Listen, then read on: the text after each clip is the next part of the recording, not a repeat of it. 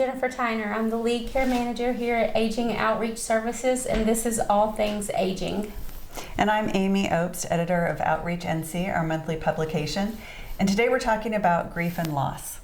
So you see a lot of that. Sad topic. It is a sad topic. Yeah. But it's important, and I think that I think it's relevant throughout our lives, but as we age, does it become more common? It does. People typically associate grief with losing a loved one, losing the actual death of a loved one. But there are so many things that older adults are grieving.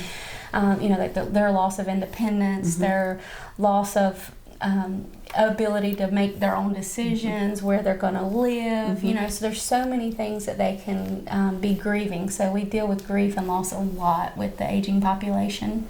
All right, I've got 10 questions for you. I'm ready. Just going to fire away. Okay. This one is kind of what we were just talking about. What are the most common emotional challenges you see clients face after a significant loss, and how do you support them through those challenges? I think one of the things that we see a lot is the grief and wondering if they did enough for their loved one. Did they do everything they could to help them have the best life possible, or the best end of life possible? And then just being very supportive and understanding of those feelings is, the most important thing, because everybody grieves differently. And just making sure that I'm acknowledging and noticing if there are any concerning behaviors, like if they're in a state of grief where they need counseling, or they need hospitalization or medication or something like that, just being able to pick up on those cues. And just reminding them that it's okay to grieve and it's okay to be sad. So, what would be some of those signs that somebody would need to go to counseling or hospitalization or medication? Completely withdrawing from everything else they've done, crying nonstop, being very angry about the situation, just not engaging with their life, not eating any longer, those types of things. And we see that, unfortunately, especially when it's a spouse of somebody that's been married most of their life, and they just don't do well living without them. Or maybe it's a spouse who's never paid bills before, or never even pumped gas before, and having to learn all those new tasks, or find a way to be able to do those new things that are new to them. That would be overwhelming, while also trying to process the grief, sadness and grief and loss and all of that. For sure. How do you approach helping clients navigate complicated grief or prolonged grief disorder? Pretty much that same way, just making sure that they understand that it's normal, making sure that they understand that we're a support system, and that we have a lot of resources available to them, not just Aging Outreach Services and what we can do, but that we're knowledgeable of other resources in the community that can help them. Be their advocate at the doctor's office, make sure the doctor's aware of our concerns, make sure their care team is aware of what kind of grief they're experiencing, and make sure that they understand how to approach them, because everybody's different. Everybody grieves different. They have different beliefs, different cultures, so finding out what's important to them and making sure that we're helping them through that process. So you just said finding out what's important to them. So after a loss, how do you help clients, develop or find new purpose and meaning in this new transition? Oh, that's a good question. I'm not sure that we do a lot of finding new meaning, but we help them understand that life does go on, and that if they want to enjoy life again, that maybe they re-engage in some of the things that they had stopped doing because they've been caring for their loved one. Just reintroducing them into the life they used to have prior to being the caregiver for somebody who may be going through the dying process. And even though there's a lot of loss now, there's maybe time to focus on other things, or capacity to do other things. Yeah, for sure.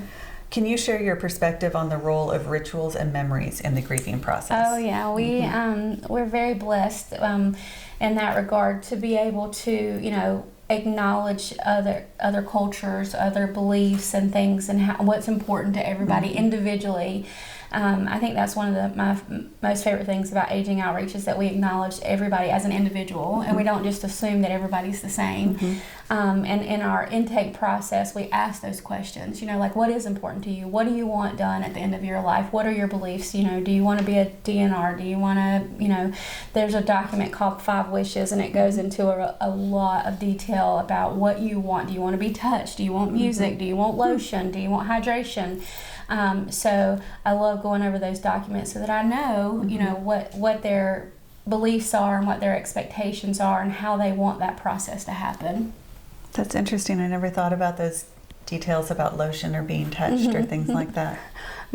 You might have to cut this out. My mom might kill me, but my parents are so different in everything. And when we were going through their 5 wishes, my dad's like, just take me out back and shoot me, you know? And I'm like, you know, well, that's really not how things happen. Like, we don't really do that. But my mom's like, rub my feet, play Lionel Richie, make sure I don't have any chin hairs, you know, like I got all the details from her, you know, and it was just it's a beautiful thing to know, like what she does want, you know, she does want us to be there, she does want me to touch her, you know, whereas my dad's like, no, just leave me alone, and you know, so it's just important to know, you know, at such a vulnerable time in your life that there are people who care enough to know and value what your beliefs are and what you want.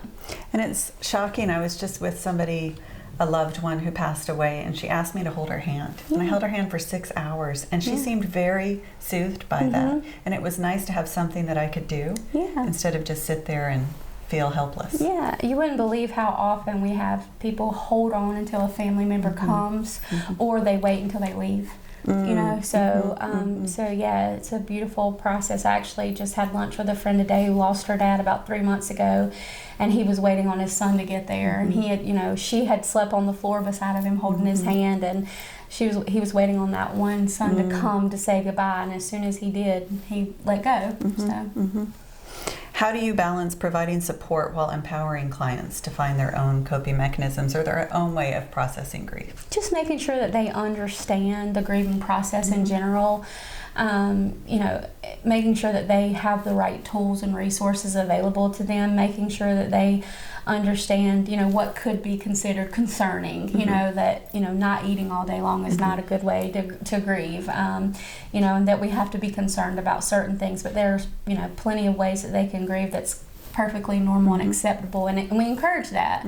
You know, it's hard to move past if you don't grieve. Right. You know, if you don't take the time to actually grieve the loss, then you're not really dealing with all those emotions and things. So, you know, just kind of talking them through that whole process and hoping that they understand the good way and the concerning way. There's not a bad way, it's just a concerning way.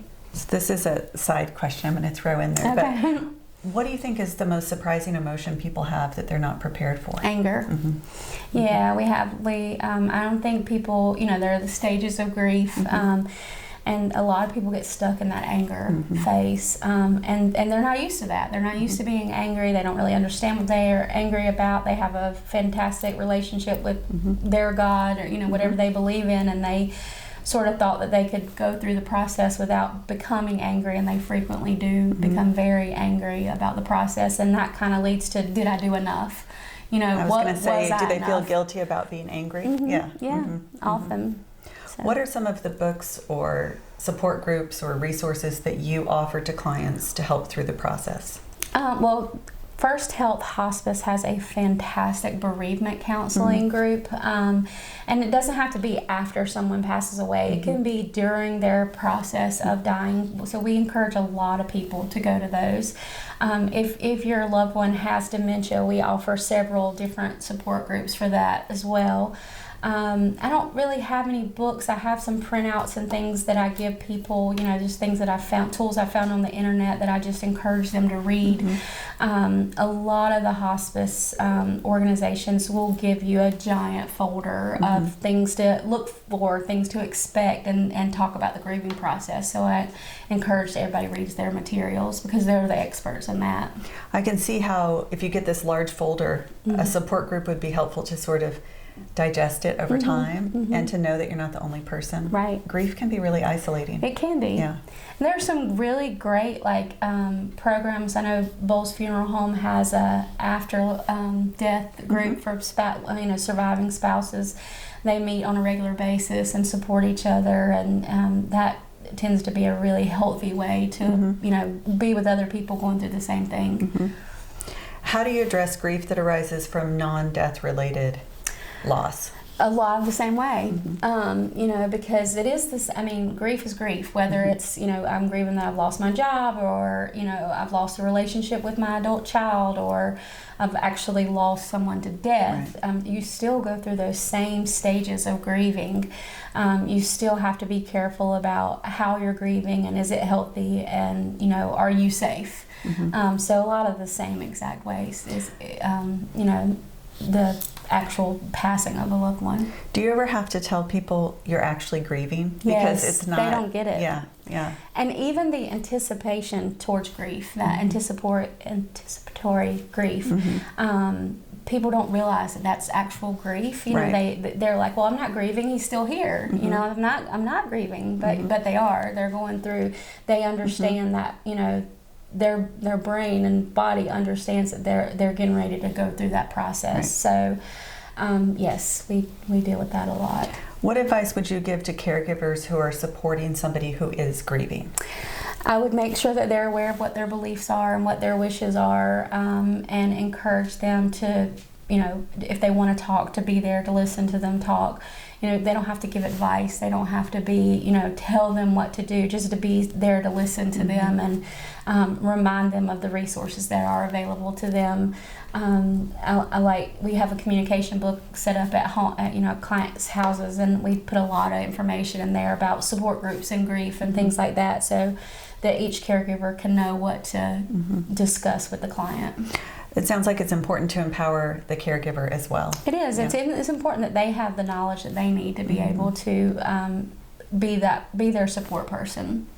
So you've talked about this a little bit, but I want you to get into a little bit more about cultural and spiritual beliefs and how you help clients utilize those beliefs as a support for grief. Sure. If we have a Native American client or an Asian American client, their grief process, burial process, all that is very different. So we just try to learn as much as we can about their culture and their beliefs, so that at the end of their life or their loved one's life, we're not praying with somebody that wouldn't want them to pray with us. We're not playing hymns for somebody that wouldn't want them, and we're not playing rock and roll for somebody who wouldn't appreciate that. Those types of things. So it's just really important to know the details behind, like, what their religion is, what their culture is, and what their beliefs are. So it's just, again, making sure that person feels like an individual and knows that we understand what their wishes are, and that we're going to do everything we can to meet those expectations.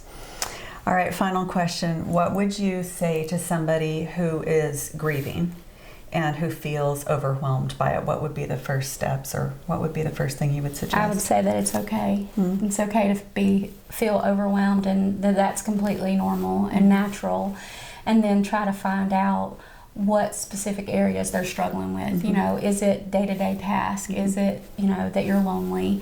Is it that you don't feel like your children are supporting you the way that you did? So I try to get to the root of what is really causing those issues, but to help them understand that it's normal to feel that overwhelming thoughts and feelings, and that I will find the support for them one way or the other. All right. We always learn so much when we talk to you. Oh, thank you so much. Yeah, thank you.